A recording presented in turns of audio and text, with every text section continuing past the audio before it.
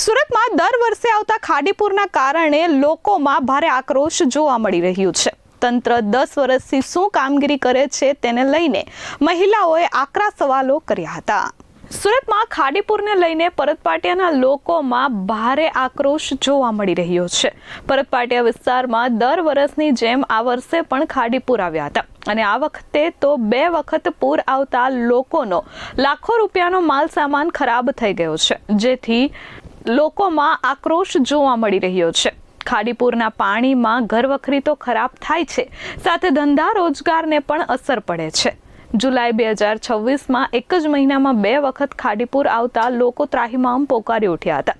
પરતપાટિયા વિસ્તારમાં આવેલી સોસાયટીઓ Rishi Vihar, Satyam, Shivam, Sundaram, Madhavbaug, Nandanvan, Vrindavan, Shrivardhan row house, Ranchhodnagar, Shantinagar, Ganeshnagar, S નગરના લોકોએ વિરોધ નોંધાવ્યો હતો। લોકોએ કહ્યું, તંત્ર કોઈ કામગીરી નહીં કરે તો હવે આંદોલન કરીશું।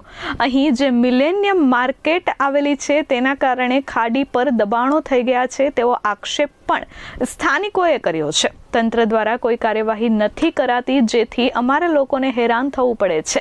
વાલક ખાડીને ડાયવર્ટ કરવાના કારણે અડધા સુરતને ખાડીપુરમાં તંત્રએ ધકેલ્યું હોવાનો આક્ષેપ સ્થાનિકોએ કર્યો છે। તંત્ર કામગીરી નહીં કરે તો લોકો હવે આંદોલન કરશે તેવી ચીમકી ઉચ્ચારી છે। સુમિત રબારી, સુરત શહેરમાં અમે પરતપાટિયા એરિયામાં માધવબાગ વિસ્તારમાં રહીએ છીએ। દિલ્હીનું આંદોલનનું સ્થળ એટલે જંતર મંતર અને ખાડીપુરનું આંદોલનનું સ્થળ એટલે માધવબાગ સોસાયટી પરતપાટિયા।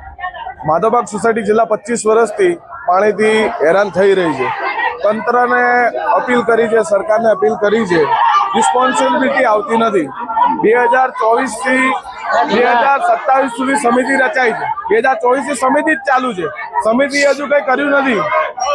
સરકાર એમ કહે છે કે અમે પાકિસ્તાનમાં જતું સિંધુનું પાણી અટકાવી દઈએ, તો આ ખાડી તો સુરત જિલ્લાની નાની છે। સુરત જિલ્લાનું આ પાણી તો સિંધુ નદીના બરોબરમાં તો 1% નથી। એટલે સરકારને અપીલ છે કે સિંધુનું પાણી નહીં અટકાવવું, ખાડીનું પાણી અટકાવો, તંત્રને જગાવો। અને તંત્રને જે કાલે આપણા ગુજરાતના મુખ્યમંત્રીએ 1500 કરોડ 500 કરોડ ને એમ કીધું કે ભાઈ 1500 કરોડ અમે વાપરી દેશું, પણ ઉપરથી ગાંધીનગરથી નીકળતા સુરત 400-500 કિલોમીટર અંદાજિત આવતા 1500 કરોડમાંથી વધતું કંઈ નથી। અને ખાડીની સ્થિતિ એની એ જ છે અને દર વર્ષે સમિતિ જ રચાય છે। તો સરકારને એક જ અપીલ છે, તમે દિલ્હીનું જંતર મંતર સ્થળ ના કરો। અમારે તો અહીંયા સરકાર, ગુજરાત સરકારે, અમારું દિલ્હીમાં ગુજરાત સરકાર જ બેઠી છે, મોદી સાહેબ બેઠા ગુજરાત સરકાર। તો અમારે એક જ અપીલ છે કે તમે ખાલી નિવારણ લાવો। અમારે કોઈ જંતર મંતરે નથી કરવું કે કોઈ દંગા પ્રસાદે નથી કરવા, પણ અલર્ટ આપીએ છીએ કે કરશું ખરા, તમે કોઈ નિવારણ નહીં લાવો। 5 વર્ષથી સમિતિ રચાઈ છે, એટલે સિંધુનું પાણી સાહેબ અટકાવો, પણ આ ખાડીપુર તો અટકાવો। મારું નામ પટેલ પન્નાબેન, કરોડપતિ છીએ બરાબર, પણ એસએમસી ના પાપે આજે અમે લાખોમાં નથી રહ્યા। અને આ 1 વર્ષની નહીં, છેલ્લા 10 વર્ષથી તો દર વર્ષે અમારે પાણી આવે। ચોમાસું શરૂ થાય એટલે કોઈ સામાજિક પ્રસંગ હોય, કોઈ મરણ પ્રસંગ હોય, ગામ જવાનું હોય, અમે તો બધા ઉત્તર ગુજરાત વાળા મોસ્ટલી કે કાઠિયાવાડ વાળા, પણ ક્યાંય જવાનું હોય તો ઘર છોડીને અમે નીકળી ના શકીએ। લોકો વિચાર કરે ક્યાં છો, અને સુરતની એસએમસી શું વાત કરો સાહેબ, પૈસાની રીતે ફર્સ્ટ નંબરની ગુજરાતમાં સુરતની એસએમસી ફર્સ્ટ નંબરમાં આવે પૈસાની રીતે, તો ક્યાં ગયા તમારા પૈસા? અને પૈસા તો નથી જોઈતા અમારે, ખાલી આ ખાડીનો નિકાલ કરો ને સાહેબ। અને સ્માર્ટ સિટી કઈ રીતે સ્માર્ટ સિટી? તમે એની ગંદકી તો અહીંયા આવીને જોવો પાણીમાં, અમારા ઘર આગળ આટલા કિચડ, છોકરા નીકળે કેવી રીતે, ઘરડા દાદા દાદી કરે શું? અને સામાન ચડાવવામાં તો ટાઈમ જ નથી મળ્યો। એક અડધા કલાકમાં પાર્કિંગમાંથી અડધા કલાકમાં અમારા ઘરમાં પાણી આવ્યું છે। સામાન ચડાવીએ, વ્હીકલો બહાર મૂકીએ કે કરીએ શું? બધાની 4 વ્હીલો 2 વ્હીલો બધી જ પાણીમાં ડૂબી છે।